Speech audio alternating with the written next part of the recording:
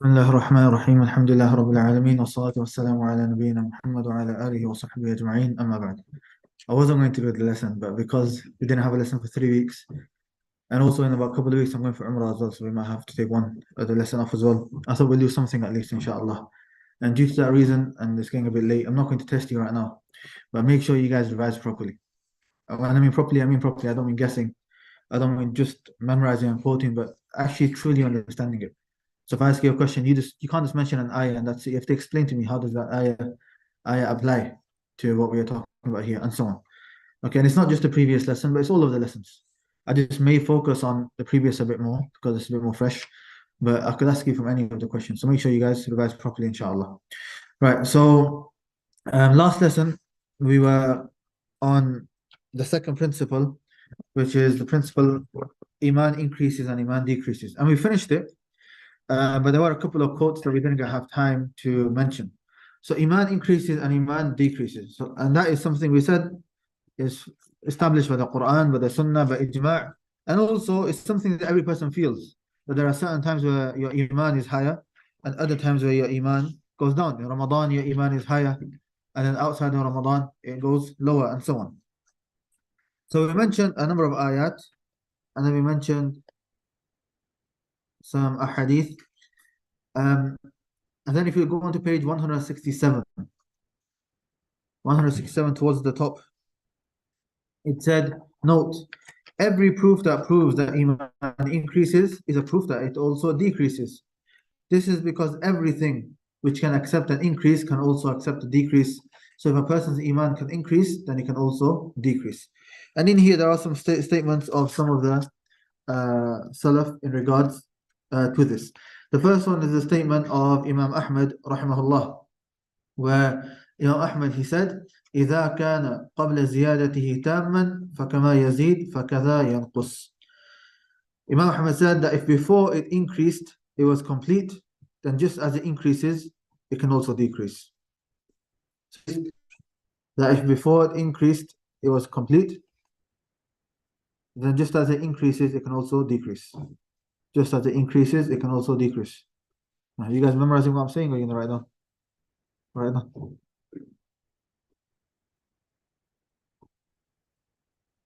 Ibn Ayyina rahimahullah, he says, ليس شيء يزيد إلا وهو ينقص. There is nothing that increases except that it decreases.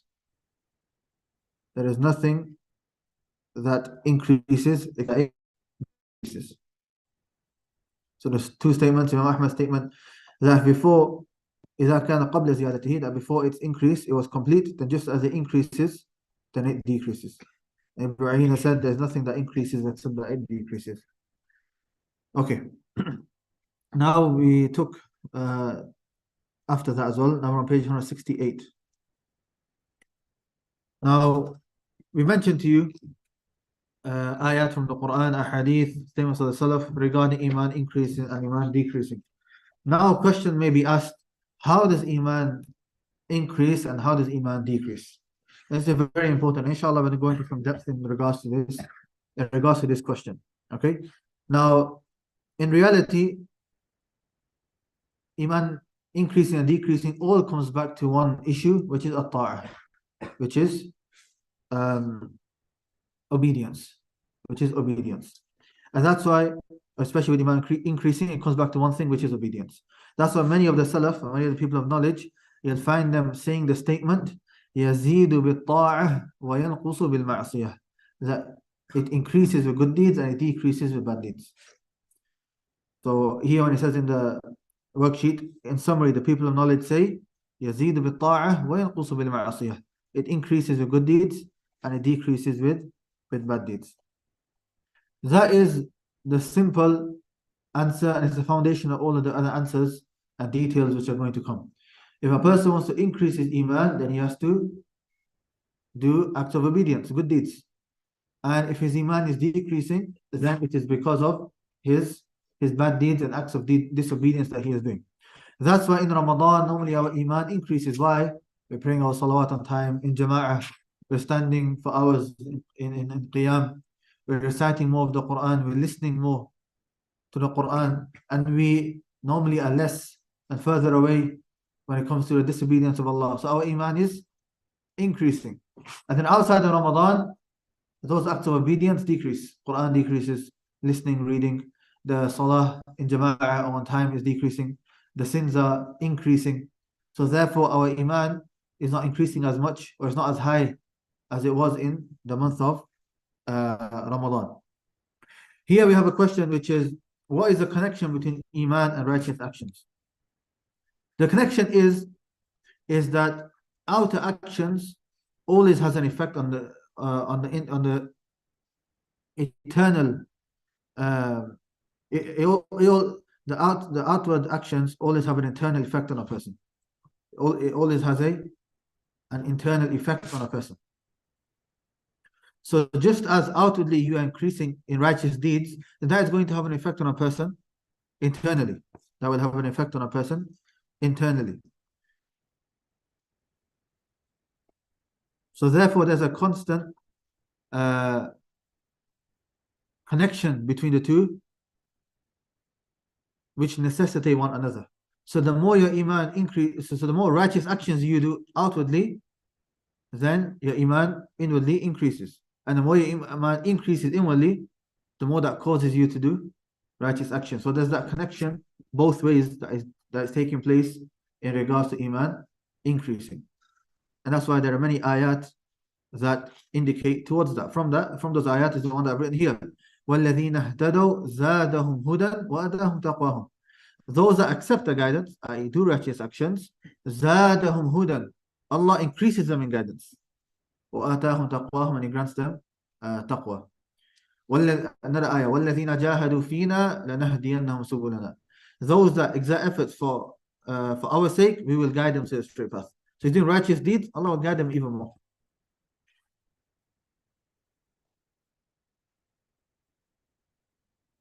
And that's very important. Shaykh Islam mentioned this a lot as well. How the external actions that a person does has an effect on him internally. That's why even certain actions which may not be haram or impermissible in of themselves, but because they resemble the disbelievers or the people of innovation or the people of sins, then that's something which we are prohibited from doing as well. Why? Because even though, let's say we don't believe, let's say somebody goes Halloween, right? And somebody wears, I don't know, a certain costume. He said, I don't believe in all of this. It's just for fun. But because he's doing this outwardly, this does have an effect on a person internally. And slowly, it can easily take a person into falling into those kufri beliefs. Maybe it'll start with... Sorry? Yeah, of course, sinning. Whoever resembles the people, then he is from them. The ulama differ exactly. They say sometimes it could be haram, sometimes it can be makruh. But without a doubt, it's something which is prohibited, whether with sin or without sin, either with by being haram or being makruh. If it is something to do with the religion, a religious belief, then it's haram. So if you resemble yourself to religious believers, it's something just from the dunyawi things, then it's makruh generally. And if it's something to do with the religious beliefs, then it's haram. And if you look at Halloween, the asl of it, the way it came is to do through the kufri beliefs. So it's not permissible. It's not permissible for a Muslim to partake in that. And that will have an effect on a person internally.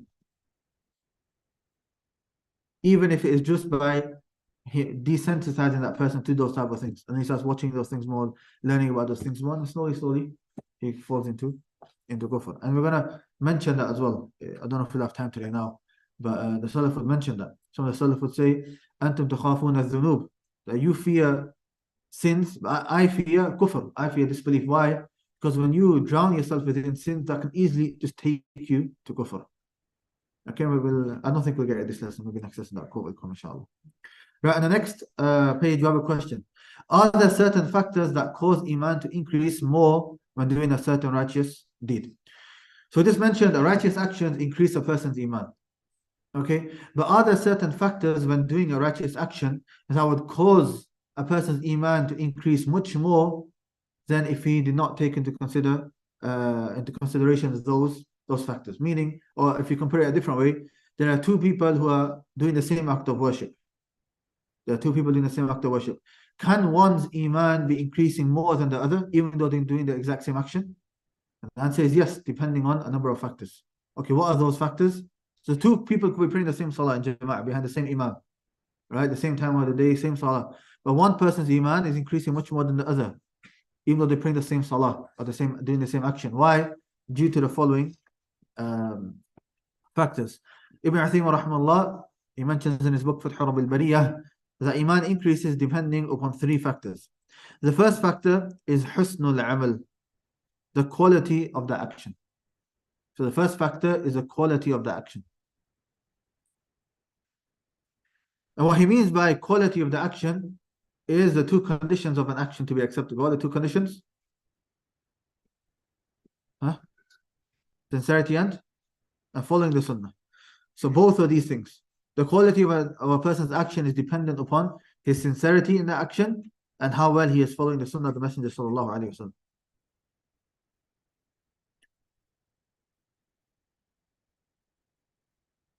Sincerity and following the sunnah. So the more a person, the more sincere he is. So you can have two people, they're both praying for Allah, but the first one has more sincerity. What do we mean by more sincerity?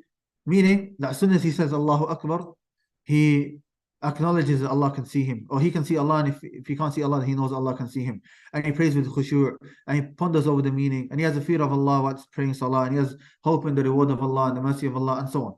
The other person, he's praying for Allah, so he's sincere, he's not praying to show off.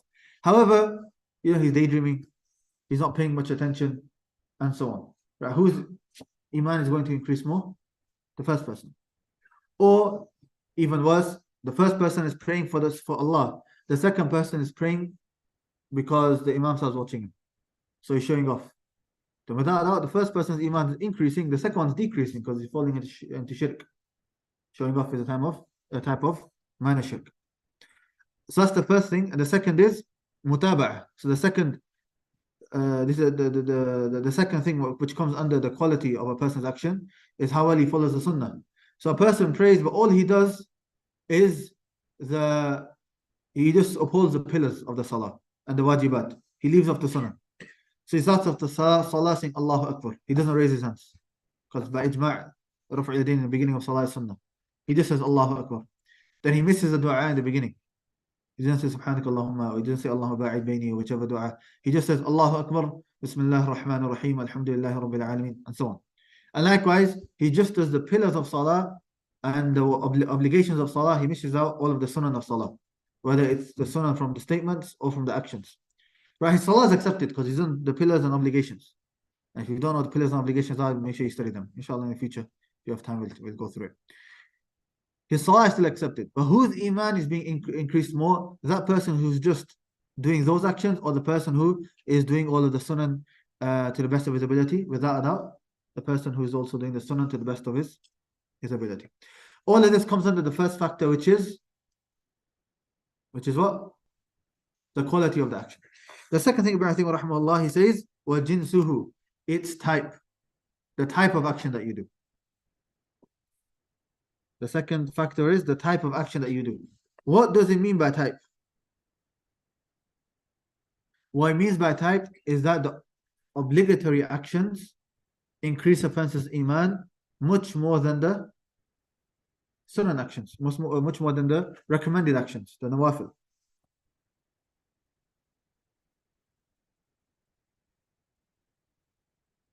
Because it is obligatory, that will increase your iman much more than that which is not obligatory.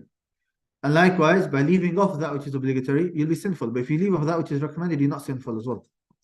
And that's why the Prophet ﷺ said in the hadith that whoever prays Isha in Jama'ah, then it's as though he has prayed half the night. And whoever has prayed Fajr in Jama'ah, then it's as though he has prayed the whole night. So look, if a person just prays the two obligatory prayers of Fajr and Isha in congregation, it's as though he has prayed the whole night. Compared to a person who prays Isha in Jama'ah, prays Taraweeh for a couple of hours, but then he doesn't pray Fajr in Jama'ah. Whose iman is increasing more? The first person. But the second person, he stood for 2 hours longer. Doesn't matter. He's doing nawafil. He's doing that which is nafil. He's not doing that which is obligatory, which is wajib. And likewise, another example, is where the Prophet ﷺ said, whoever fasts the 6th of Shawwal, whoever fasts Ramadan and then the 6th of Shawwal, ثم أتبعه, then he follows it, he follows Ramadan with the 6th of Shawwal, then it's as though he has fasted the whole year, right?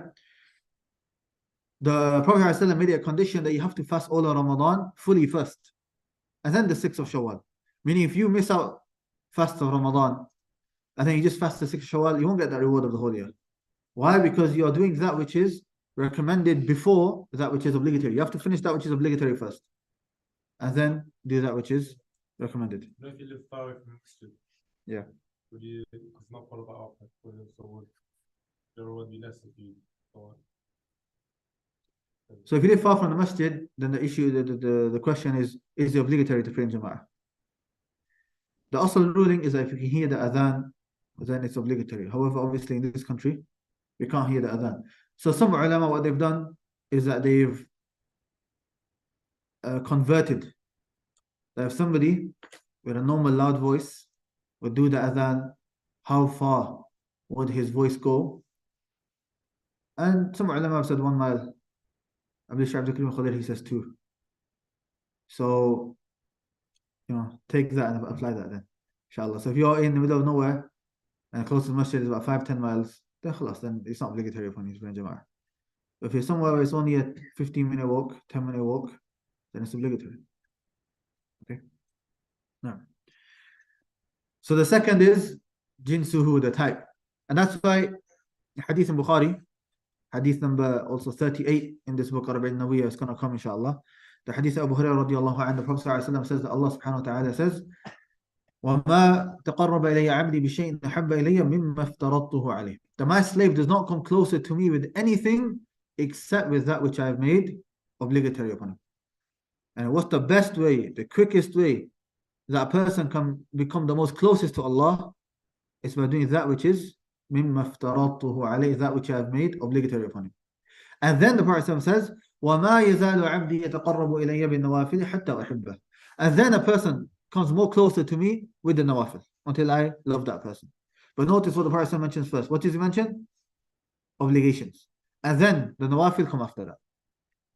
So we have to make sure that we preserve our obligations, whether it's salah, whether it's zakah, whether it's fasting, whether it's hajj, whether it's acts of worship, whether it's transactions, whether it is dealings, whether it's birrul walidain, whether it is in relation to our marriages and how we live with our spouses, whatever it may be. If it's an obligation, then we have to make sure that we uphold that obligation before we focus on the nawafil. That's the second factor. The third factor that Ibn Uthaymin rahimahullah mentions, and I think it's quite straightforward, is the amount. The amount.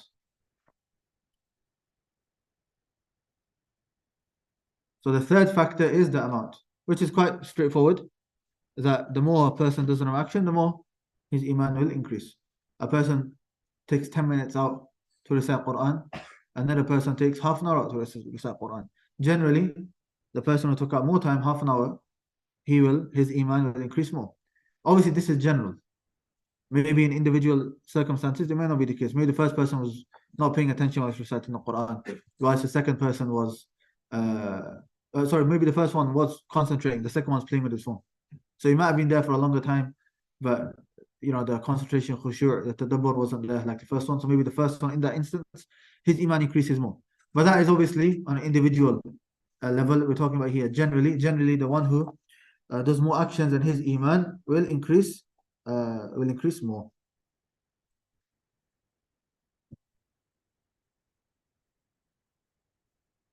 No. And that's something that Shaykh al-Islam Ibn Taymiyyah rahimahullah mentions as well. He says, Shaykh al-Islam mentions, he says, وَقَدْ يَكُونَ الشَّخْصُ يَصْلِحُ دِينَهُ عَلَى الْعَمَلِ الْمَفْضُولِ دُونَ الْأَفْضَلِ فَيَكُونَ أَفْضَلُ فِي حَقِّهِ.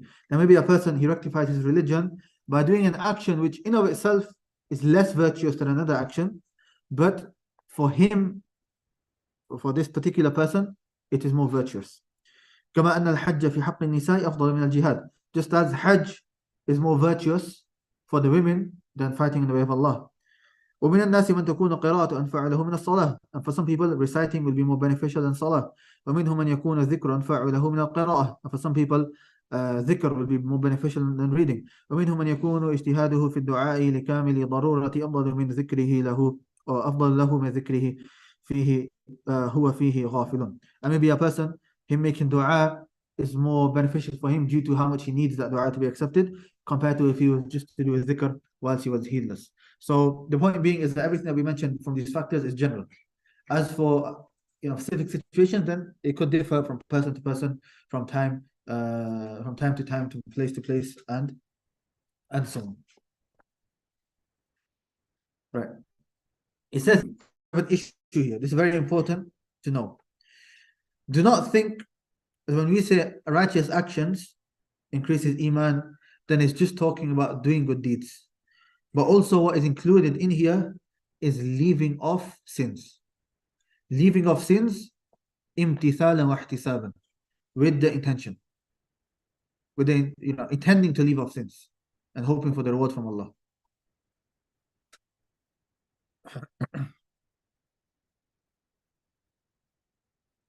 So it's not only doing righteous actions, it also includes leaving off sins intentionally. Why do I say the word intentionally? Right now, are we listening to music? We're not listening to music. Right now, are we stealing? We're not stealing. And so on. We're not doing those sins. But are we intentionally not doing that sin? No, that's not in our mind. So you're not going to be able to just name every single sin, like I'm not doing any of these sins and I don't get rewarded for all of that. No. What it means is that, let's say you're walking past and there's a woman there and you say, no, that's haram for me to look at. So you look down, right? That you have intentionally now not done a sin. That's when your iman will increase. Or you could have easily clicked on a certain YouTube video which has music and women dancing and so on, but you said, no, that's haram, not allowed for me to click on. Intentionally, you have left off that sin, so therefore, your iman will increase there. So it has to be intentional. And increasing, your iman increasing due to leaving off sins intentionally, the proof for that is a story of the three people in the grave, three people in the cave.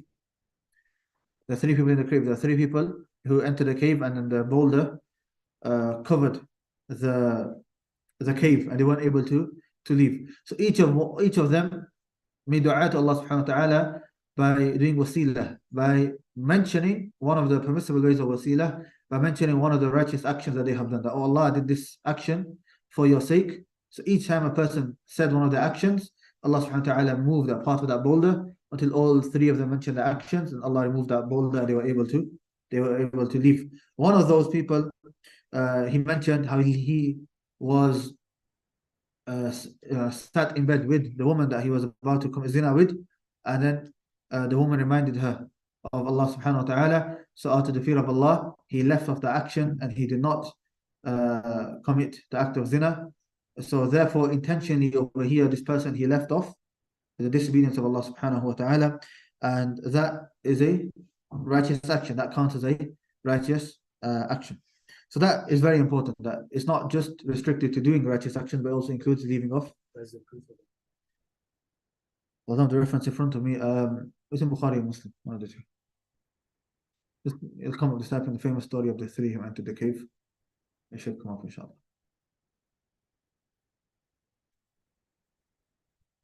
I think it's Bukhari. But just double check that, inshallah. Very famous story.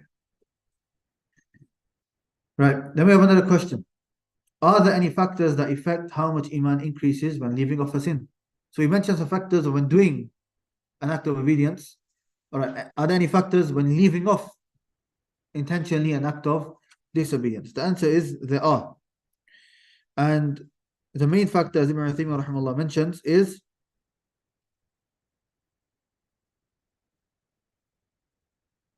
the stronger the call is to the action. Or the factor is the strength of the call. The stronger the call is, and if a person leaves it off, the more his iman will increase. And the weaker it is, the weaker the call to that act of disobedience is, and he leaves it off, then it will still increase, but not as much as if the call was stronger. What does it mean by call?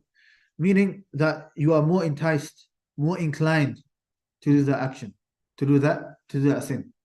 So for example, there might be a certain sin where you don't even think it's a sin, but it's not something you even think about. right? You see some money on the floor, maybe you're not that person that will steal money. Like it's not an issue, right? Maybe a person's rich and he doesn't need that money. So for him £100 on the floor is nothing compared to somebody else who's £100 is, a lot. So that person, that rich person who left off £100, he didn't even think anything of it. So £100, no, forgot about it. But maybe for him, looking at women, that if he sees a woman, that's it. He just can't control himself whatsoever. So here now, if he controls himself, then his iman is going to increase more than him leaving off not stealing £100. Why? Because the call to the action for him now is much stronger and higher than the call to the first sin, which was stealing. And this point again, inshallah, we'll mention a couple of other examples when we talk about talking about sins. Who said it again? Ibn Taymiyyah.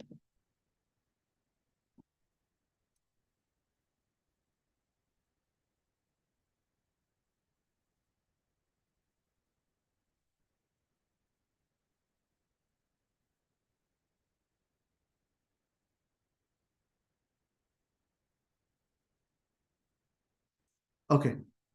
Another question. Are there certain righteous actions which increase iman more than others? Okay.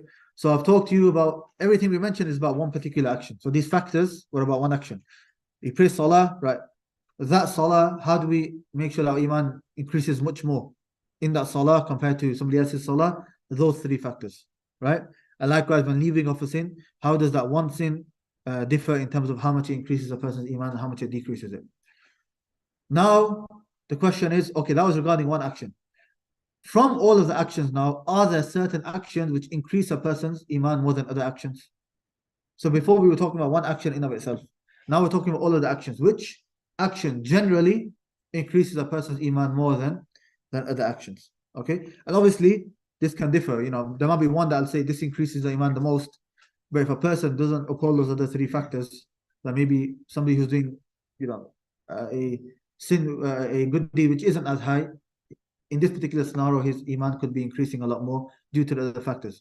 Obviously, like I said, they are specific individual scenarios which we're not focusing on right now. We're talking about generally. So which actions generally increase a person's iman more than others? The first is seeking knowledge. The first is seeking knowledge.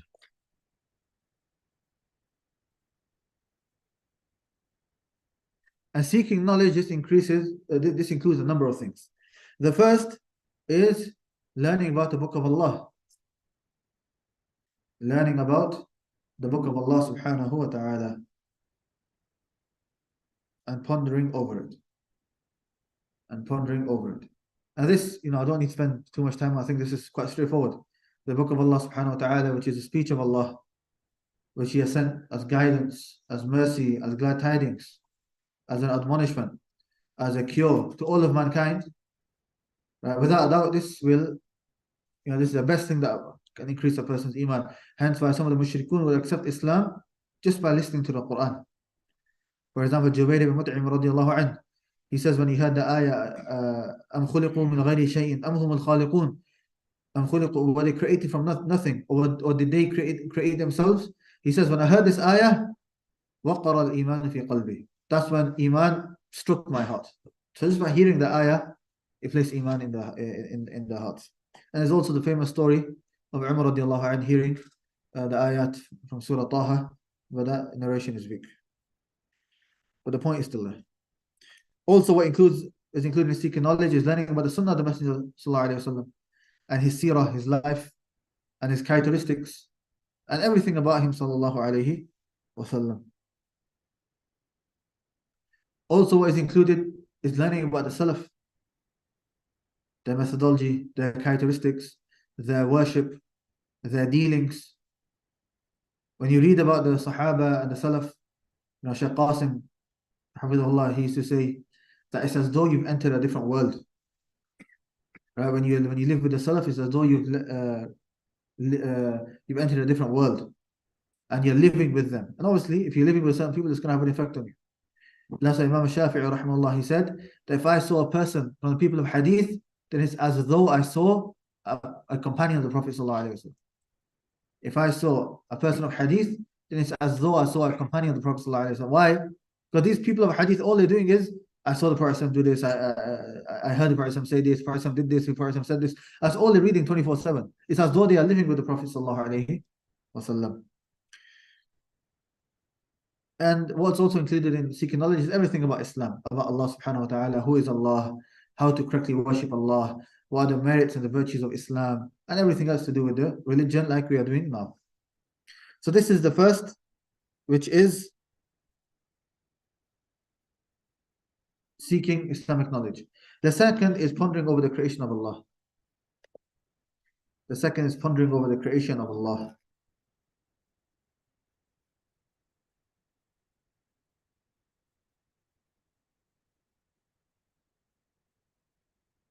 Right, so when I mentioned an ayah here as well, you can read yourself later, very famous ayat.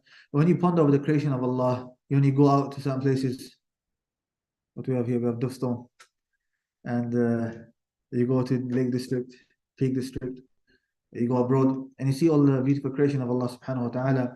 Then when a person, he ponders over it, he realizes that all of this, cannot be created by a person. It cannot have just come out of coincidence. Rather, there was a designer that created this, who was Allah subhanahu wa ta'ala. And you realize that when you see this, the kuffar go and just take the picture for Instagram, but when a Muslim goes, he ponders over the creation of Allah. And that is something he can enjoy himself going on these holidays, but at the same time, it should increase him in his iman, also. Number 3 is having patience and fighting the soul. Having patience and fighting the soul. I.e., that when it's time to do a righteous action, you fight yourself and you have patience upon the obedience of Allah. And when you're about to do a sin, that you fight yourself and you fight your soul and you have patience upon the disobedience of Allah subhanahu wa ta'ala, and so on. The fourth is calling to Allah, giving da'wah. Calling to Allah, giving da'wah, commanding the good, forbidding the evil. And most of the time when you are reminding others, if you are doing it sincerely, then firstly you are just reminding yourself. And subhanAllah, how many times has that happened when, when I'm teaching sometimes, I forget a lot of things myself, but when I'm teaching, because I'm teaching and I have to go over those points, I remember those points myself, which if I wasn't teaching that class, I would have forgotten. I would not have thought about. So when you're giving da'wah to others, a person, generally a person, he remembers himself as well. Number 5 is being truthful with yourself. Being truthful with yourself. And what that means is that a person, muhasabat al-nafs, takes himself into account. He thinks about his actions, where he's gone wrong, how can he overcome those obstacles that he's facing, how can he increase in more good deeds. If he's doing good deeds, how can he do more? When a person ponders over it, then that allows him to plan better, hence increasing his iman when he acts upon that plan. And number 6 is making dua to Allah. Making dua to Allah subhanahu wa ta'ala, supplicating to Allah. And that is anything a person wants in this life, and from those things is increasing his iman, is to make dua, to supplicate to Allah subhanahu wa ta'ala. And that's why from the most frequent du'as of the Prophet ﷺ was, Ya muqallib al-qulub, thabbit qalbi ala dinik. O turner of hearts, keep my heart firm upon your religion. And keep my iman steadfast upon your religion. And we say in Surah Al-Fatiha, Ihdina siratal mustaqim. Allah, guide us to a straight path. That show us a straight path, shows what is right and wrong. Then take us upon that straight path. Allow us to act upon our knowledge. وَثَبِّتْنَا, and keep us firm upon that path. الراسخون في العلم, those who are well grounded in their knowledge, Allah subhanahu wa ta'ala in Surah Al-Imran mentions that they make the dua, رَبَّنَا لَا تُزِغْ قُلُوبَنَا, do not let our hearts deviate after you have guided them. I.e., after you've given us iman, don't allow that iman to go. So you can see all these du'as showing not only to increase iman, but also to keep us steadfast upon the religion as well. Now, so these are 6 ways from, the 6 of the best ways in how a person can increase his iman. Now we come to iman decreasing. how does Iman decrease? Now, there's a little graph in your worksheets that help you with that. So there are two main ways in how Iman can decrease.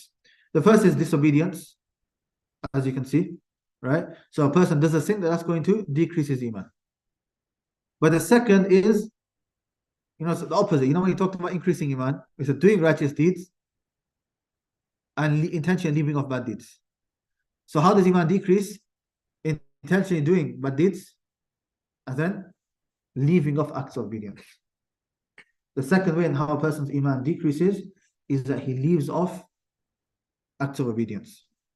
Okay?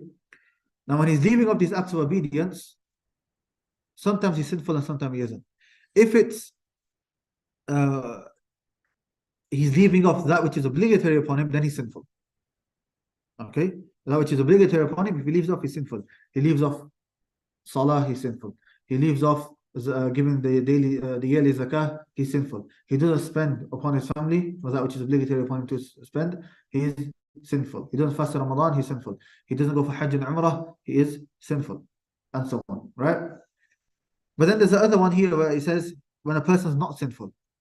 When is a person not sinful for leaving off acts of obedience? Either when it's not obligatory, or it's obligatory but he's excused. It's obligatory, but Islamically he is excused. For example, a person is traveling, so he doesn't have to fast in Ramadan. He has to make it up later, yes, but at that time he doesn't have to fast. Right? Likewise, if he's traveling, then he doesn't have to pray in time of Dhuhr, he can combine it with Asr, for example. Or a woman, when a woman is on a motorcycle, she doesn't have to pray. That's probably the best example, because she doesn't have to make it up as well. Our workplaces, like, for example, look at my job, you mentioned, on Friday, I have to go to the mosque. Yeah. Sometimes they don't hire you. Yeah. Sometimes if you don't mention it, they'll hire you. Sometimes if you're already hired and you're asking about Jumu'ah, they won't allow you. Okay. So when it comes to Jumu'ah, like, sometimes it's a sticky situation. Yeah. In regards to Jum'ah, it's obligatory to pray Jum'ah, which is obviously in congregation. If the work does not allow you to go to the masjid, then you should try to do a Jum'ah by yourselves. The minimum number is 3. So if you can get 3 Muslims together, do a quick. What's obligatory in Jum'ah is just, the Arabic that says Khutbah al-Hajah, where you have to mention, can't remember all the pillars, but along the lines of, you have to remind everyone to fear Allah, send salah upon the Prophet sallallahu alaihi wasallam, and a few other things as well. If you literally just memorize the Arabic, okay, that'll be enough. That'll take what, 3-4 minutes, and then pray your salah, which is 2 rak'at, in total 10 minutes. That's how long it'll take to pray Dhuhr normally anyway. So if you pray Dhuhr the other days, you can just do that. Otherwise, as a general ruling, Wallahu alam, it's not permissible for you to take that job if you can't pray. Okay, as a general ruling. Okay, in specific situations, obviously, especially in the UK, whether a certain job would be allowed or not, depending on the person's situation, maybe some ulama will allow it. If you can't find any other job, and if he doesn't get that job, then he could get evicted or he can get kicked out, or, things like that. Then maybe the ulama will allow it in certain situations. That you're required to go to a scholar who will give you that fatwa. But as a general ruling, that it's obligatory to pray Jumu'ah. And if you can't, then you can't take that job. Look for a different job. Okay. Yeah. Just, if you consistent with sins, Yeah. be like consistent. Yeah. You follow desires all the time. Yeah. Allah constitute you as shirk because you're following desires. It could constitute as a minor shirk. It wouldn't be major. It's following desires. No. That's why the ulama says they say لا كبيرة مع الاستغفار ولا صغيرة مع الاستمرار. There's no such thing as a major sin if a person repents.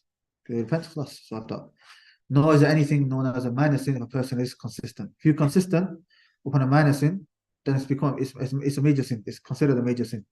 Why? Because there's no fear of Allah left in that. Like you said, you're just constantly following your desires. So it will be considered a major sin. It'll be considered a major sin. It could come under minor shirk, but as for calling a major shirk, that'll be difficult. Allah. لا صغير لا صغيرة مع الاستمرار. استمرار means to continue. كبيرة لها كبيرة مع الاستغفار. لا كبيرة مع الاستغفار ولا صغيرة مع الاستمرار.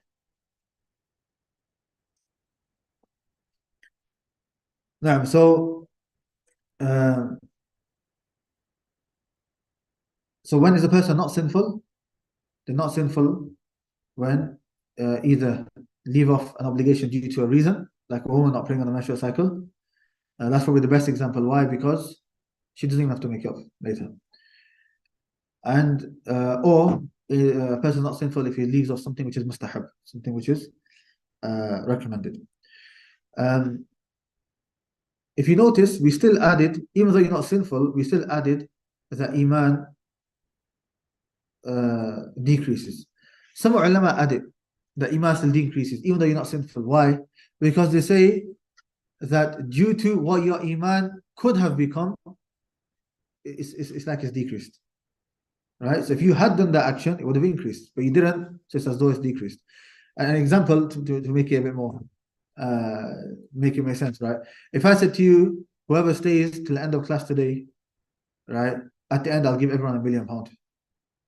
You decided, no, I'm just going home. The lesson's too long, right? The start goes over the time. I don't like it. I'm going home, right? If you do that, you don't get that £1 million. What are your friends going to say to you? Are they going to say, no, it's mustahab, it was obligatory for you to stay. You can go. Or are they going to tell you off? And tell you off in it, right? Same thing, right? What your iman could have become, right? You didn't take the opportunity. So some ulama say it's a form of decrease compared to what your iman could have become, right? But obviously, if you're just talking about the level that is at decreasing, you're not sinful, so we don't have to worry about that. You're only sinful when you are leaving of that which is obligatory and you're able to do it, and there's nothing preventing you from doing it. So a good question. When you combine traveling, can you do individually get more reward, or is it obligatory to combine them because you're traveling? When you're traveling, it's not, Jama'ah is not obligatory. It's not obligatory. It's better to. Combine them. Yeah, are you talking about the Jama'ah, or are you talking about praying the time separately? No, joining, for example, Zohar, Asr, Yeah. traveling. I don't know, if you're traveling, then you should join. Should join it. Yeah. The Hadeeth for Sallam that really Allah subhanahu wa ta'ala loves when when a person takes his concessions. If Allah makes something easy for you, Allah loves it that you take it. If I make something easy for you, right? For example, I make all these worksheets, and somebody comes and doesn't use it. I spend hours on these worksheets, right? And somebody comes along, doesn't take notes, doesn't use the worksheet, doesn't revise, doesn't answer the questions when I ask. Yeah, how do you think I want to feel? Right? What about traveler who sin is going for sin? Yeah, if a person is traveling for the sake of a sin, then it's not permissible to go. It's not Islamic travel. Somebody's traveling to go meet a girl. It's not permissible to shorten or to combine, because it's not an Islamic travel. It has to be for a permissible reason. If it's a permissible reason and within there he ends up doing a sin, that's different. We're talking about when the intent for travel is a sin. Is it to do with traveling? No, we'll go back to the topic. I'm trying to finish earlier for you guys, and you guys are right. It says here, note, and it's a very precise issue. There is no link between the decrease of iman and sins, just as there is not necessarily link between increase of iman and reward. What this means is that basically what we were indicating to, that when you say iman decreases and increases, it doesn't, most of the time it does, but it doesn't necessarily mean that when you're increasing, that you're gaining reward. The iman increasing, then there's not necessarily a connection between that and gaining reward. Likewise, if you're gaining reward, it doesn't always mean that your iman is increasing. I'll give you an example, right? But you can gain reward, but iman doesn't increase. You guided somebody to Islam. Now he's doing all of these actions. He's praying, he's reciting Quran, and you're just sleeping. Right? Or you could be even doing sin. You yourself can feel your iman is decreased, but you're gaining reward at the same time because of the actions he's doing, because you are the means of him doing that action. Right? So sometimes that link between reward and increase in iman is not there, just like the link between sins and iman decreasing. Sometimes that link is not there. So a woman, when she doesn't pray, then her iman is not going to be as high as a man who is praying. Correct? When it comes to praying the salah itself, Obviously, if she decides instead of salah, I'll do something else, I'll do dhikr of Allah, I'll look after the family, I really want to pray, but I have patience upon that, then her iman can increase more than a person who's praying as well. Okay? I know it's a bit complicated, it's a bit overlapping, but inshallah, if you go over it a few times, it'll make sense. Right. Quickly, we'll finish off, inshallah. Which factors for disobedience cause iman to decrease more? So we took factors that increase a person's iman more. What are the factors that decrease a person's iman? Ibn Uthaymin rahimahullah mentions four factors. The first factor is the type of sin that a person does.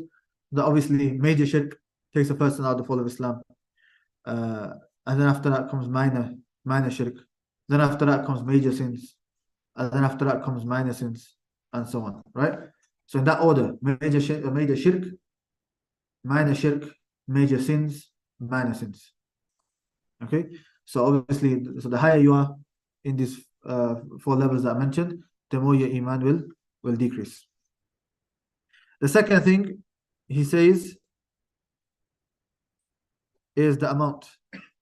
So obviously, the more a person sins, the more his iman will decrease compared to a person who does less of that sin. The third thing he says is negligence and heedlessness. Meaning when a person is doing a sin, if he is heedless of Allah subhanahu wa ta'ala, that will decrease his iman more than if you had conscious of Allah. Because when you are conscious of Allah, you still have that fear of Allah, that iman is still there. But when it's like you don't care whatsoever, the iman's gone. The iman's going. Okay?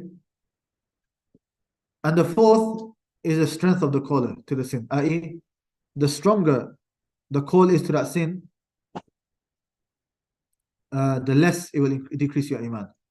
And the less stronger the caller is, let's say there's a sin, there's nothing calling you for that sin, and you still decide to do that sin, that decreases your iman more. Why? It shows there's no fear of Allah. If it was something which is really calling you, then obviously it makes sense why a person will do that sin. He still has a fear of Allah, but due to the sin and the desire overpowering him, he's fallen into it. But when there's no desire, then what's calling him to do that sin? That's why the Prophet ﷺ, he mentioned that from the worst sins is a poor person having arrogance. A poor person having arrogance. Nobody should have arrogance. But if a rich person has arrogance, it makes sense. That he's got money, he's got power, he's got status, people listen to him and so on. People respect him. It makes sense. He shouldn't still, but it makes sense. But if a poor person, he's got nothing, he comes acting all hard and acting like he's something, right? He's got this arrogance. You look at this guy like, what's he doing? You find someone in all as well, huh?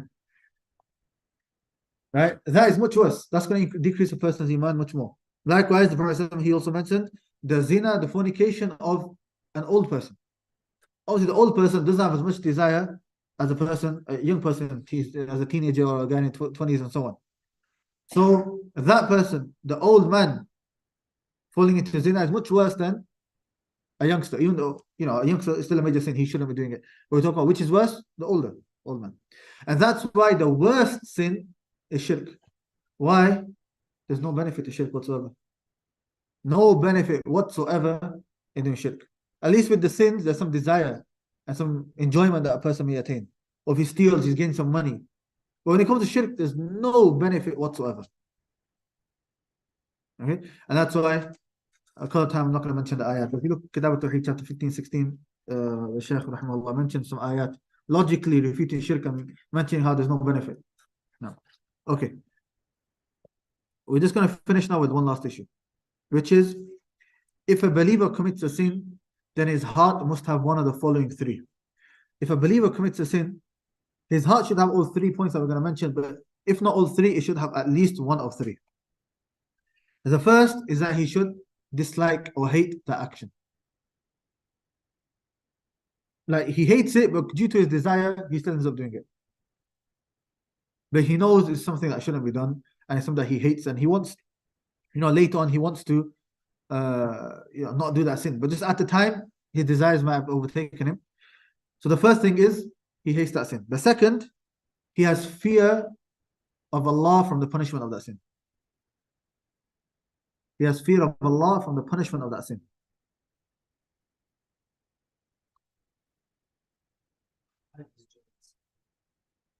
Yeah.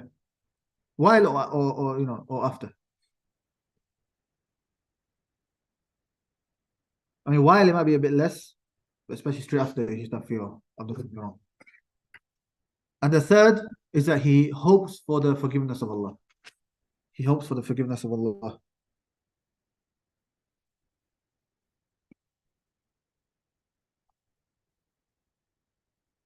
So a believer's heart, when doing a sin, must have one of these three. Either he hates the, or he fears the punishment, or he hopes for the forgiveness of Allah subhanahu wa ta'ala. If not, if his heart does not have any of these three, then he's either a hypocrite or a disbeliever. Like he doesn't have any of these three, not even an ounce of it. I'm not talking about a little bit, talk about not even an ounce. Like he doesn't think bad of that sin whatsoever. Has no fear of Allah. Has no hope, doesn't care Allah forgive him his fear. That person is either a hypocrite or a disbeliever. And there's a statement of Shaykh al-Islam rahimahullah. It's a long statement. I'll read it quickly. It's in the worksheet. He says, a person does not perform any of these impermissible actions such as immorality, which is apparent of it and which is concealed, sin, transgression, without right, polytheism, yani shirk with Allah, without which he has sent no authority down, and speaking about Allah without knowledge. And these are some of the major sins that Allah mentions in the ayah. قُلْ إِنَّمَا حَرَّمَ رَبِّي الْفَوَاحِشَ مَا ظَهَرَ till the end of the ayah. Shaykh is basically saying that nobody does these sins except due to a weakness in the foundations of Iman, or its completeness, or weakness in knowledge, a weak knowledge and confirmation, or weak love and hate for the sake of Allah. However, if the foundation of Iman is correct, which is affirmation, then these impermissible actions a believer does whilst hating them. He does whilst hating them. Therefore, then these impermissible actions a believer does whilst hating them. Therefore, if he does so due to his desires overpowering him, then whilst doing the action, he must hate it, be afraid of Allah's punishment for it, and hope that Allah will pardon him from punishment, either due to repentance, good deeds, pardoning, or other than that. Otherwise, if he does not hate it, nor fear Allah regarding it, no hope for His mercy, then he cannot be a believer in any situation. Rather, he is a disbeliever or a hypocrite. So these three things I mentioned is basically a summary from Shaykh al-Islam. Minimum, you have to have one of the three. Okay, you have more. So if you have one, not the other two, still a believer, but obviously a very weak believer. And then the last point, it says here, note there are also external factors which may decrease a person's iman from having a bad companionship, from being indulging yourself in this dunya and having that love for this world. Because when you have that love for the world, then obviously your love of Allah subhanahu wa ta'ala decreases and so on. These are external factors which we're not going to go into all of them. There is a book by Imam al-Sa'di rahimahullah titled كتاب التوضيح والبيان لشجرة الإيمان. كتاب التوضيح والبيان لشجرة الإيمان. The clarification and explanation of the tree of Iman. That's why Imam al-Sa'di, he goes into a lot of details regarding these issues as well. Inshallah, next week we will continue with the third principle of Ahlul Sunnah. Make sure you guys revise properly, inshallah. If you don't revise, then that's it, I'm just going to leave. Today I stayed, then I felt bad, and I did a lesson. Then next week I'm just going to leave. Worksheet 9. Talk to the brother, inshallah. Take his number and he is okay. You know,